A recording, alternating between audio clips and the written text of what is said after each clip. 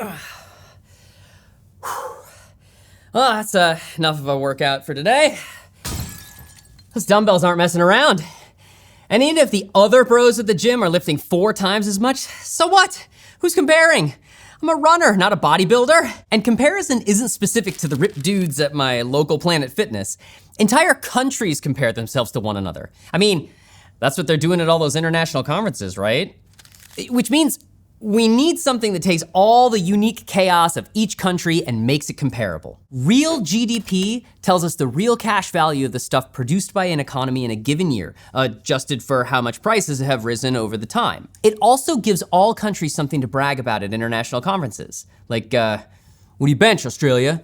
15 trillion? But cranking out lots of goods and services doesn't necessarily mean the people who make up the economy actually benefit from all that production. Like, bruh, Can you even afford your own gym pass? Hi, I'm Matt Sofa, and this is Study Hall, Macroeconomics.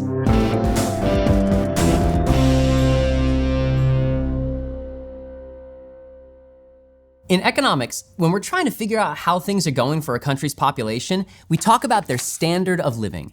This means general access to income plus housing, clean drinking water, education, and healthcare, just basic human rights things. And generally, the higher the real GDP, the higher the standard of living, because all those necessities take money. But while real GDP can give us some hints about a country's standard of living, it doesn't tell the whole picture. That's because it doesn't account for population size or how many people an economy has to support. Logic tells us that the bigger the nation's population, the higher a possible GDP, because there's a bigger labor pool to crochet crop tops and stir vats of mustache wax or whatever your country's cornerstone products may be. So by glancing at real GDP, it can seem like highly populated countries all have high standards of living, just because that number is so freaking big. But if you divide that huge GDP by a huge population of crop top crocheters and mustache wax mixers, that per person rate might not be as high as you thought. Which means each individual crop top crocheter or mustache wax stirrer doesn't actually get much benefit. That's why, to get a better idea of the standard of living in a country, economists calculate real GDP per capita, which divides a country's real GDP by the number of people living there to get the rate per person.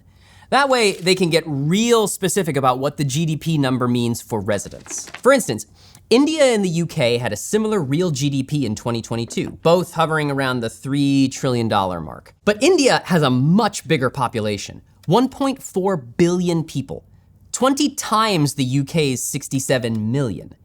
And you don't need a calculator to know that dividing 3 trillion by 1.4 billion is going to get you a much smaller number than dividing it by 67 million. With all the numbers properly crunched, it turns out that the 2022 GDP per capita in India was only about $2,000, while the GDP per capita in the UK was closer to $50,000.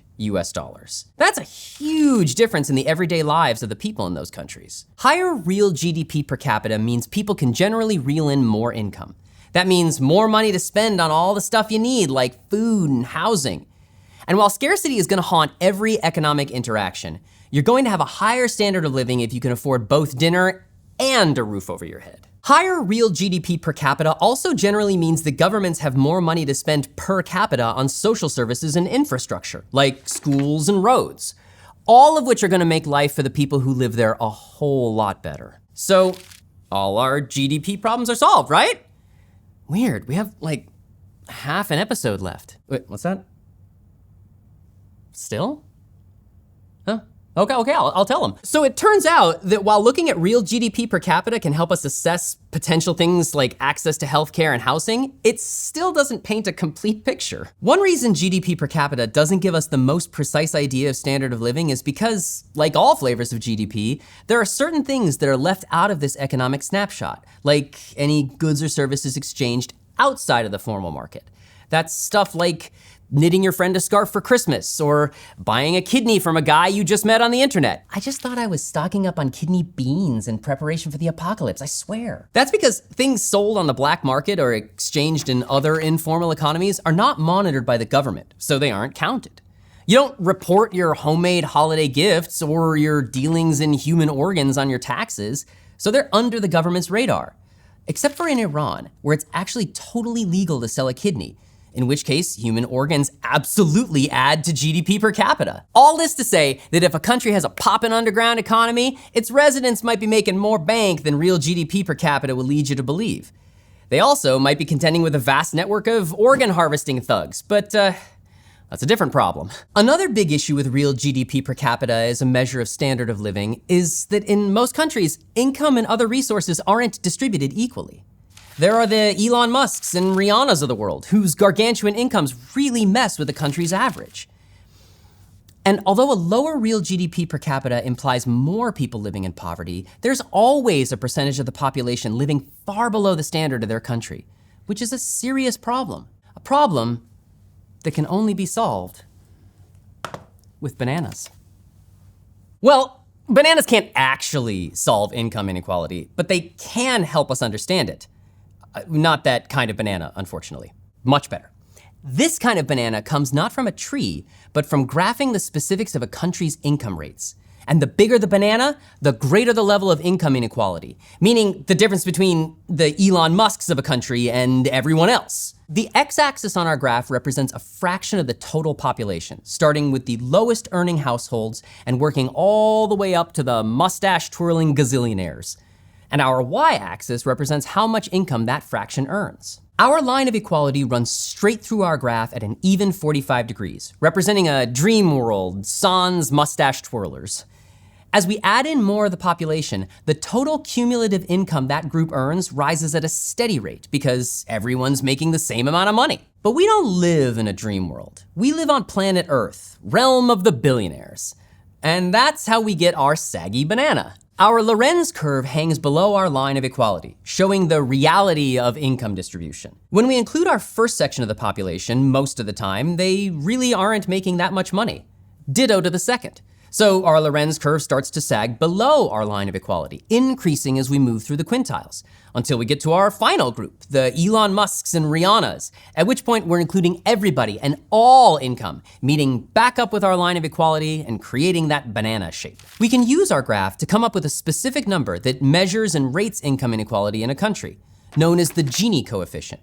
It measures income inequality on a scale of 0, where everything is perfectly distributed completely evenly to absolutely everybody, to 1, or 100%, where all the income is hoarded by that one evil mustache-twirling gazillionaire. When we take the ratio of the banana area to the whole field below the line of equality, we get the Gini coefficient. So a big old banana means a big old Gini coefficient, and a hell of a lot of inequality. We care about the size of a country's banana for a couple of reasons. And they're all safe for work, I promise. High income inequality means that even in a wealthy nation with a big, fat, juicy GDP, many people will never get to share in their country's overall prosperity. And even countries with similar GDPs per capita can have pretty different bananas. Take the US and Denmark. In 2022, the US had a GDP per capita of about 64,000 US dollars, while Denmark came in at about 61,000 US dollars, a difference of only $3,000, which is small beans for a macroeconomist. But income distribution looks really different in these two countries. Denmark's Gini coefficient for the year was 0.28, while the US came in at 0.4. That is a much bigger banana and a lot less financial equality, mostly thanks to levels of government intervention and regulation in Denmark, like national health care and other social supports. But just like GDP per capita isn't a perfect picture of a country's standard of living, there are some issues with the Gini coefficient and the Lorenz curve too. The first glaringly obvious problem is the guy who created it. Corrado Gini was an Italian fascist, eugenicist, and he probably kicked puppies too, though our fact checkers can't confirm it. And while the Gini coefficient can be used for good, it did come from a guy who wrote a paper titled The Scientific Basis of Fascism. While this doesn't mean we have to put this genie back in the bottle entirely, it does mean we need to be thoughtful about the perspective this measure is coming from. There are also issues with how specific the Gini coefficient can really get. It can't account for demographic differences in a population, for example. Retired folks who have saved their whole lives to live out their golden years free from the daily toil of work skew the Gini coefficient higher. It also can't account for things like generational wealth, which doesn't show up as income, or how race plays into economic inequality. The bottom line is, it's hard to really, truly understand the standard of living in a country through numbers alone, no matter how badly Corrado Gini wanted to reduce lives to mere statistics for the sake of efficiency. It's hard for economic measures to account for things like quality leisure time, volunteerism, housework, culture, religion, or a country's natural beauty. So economists have to make do with the information they've got. While it's not a perfect measure, there is generally a positive relationship between GDP per capita and standard of living. And the Gini coefficient does help us zero in on income inequality. If we take all these tools together, we can get a pretty good idea of how things are going for a population. The economy is huge. So tools that can give us generalized snapshots of what's going on for people in a country are important if we want to understand big picture patterns or make policies. And macroeconomics is a task just as big as the economy itself, to make numerical, mathematical, quantifiable data sets of how people live their lives. And like us humans ourselves, it's never gonna be perfect. But we're all doing the best we can. If you're enjoying this series and are interested in taking the full study hall macroeconomics course and earning college credit from ASU, check out gostudyhall.com or click on the button to learn more. And if you want to help us out, give this video a like, comment, and smash that subscribe button. Thanks for watching. See you next time.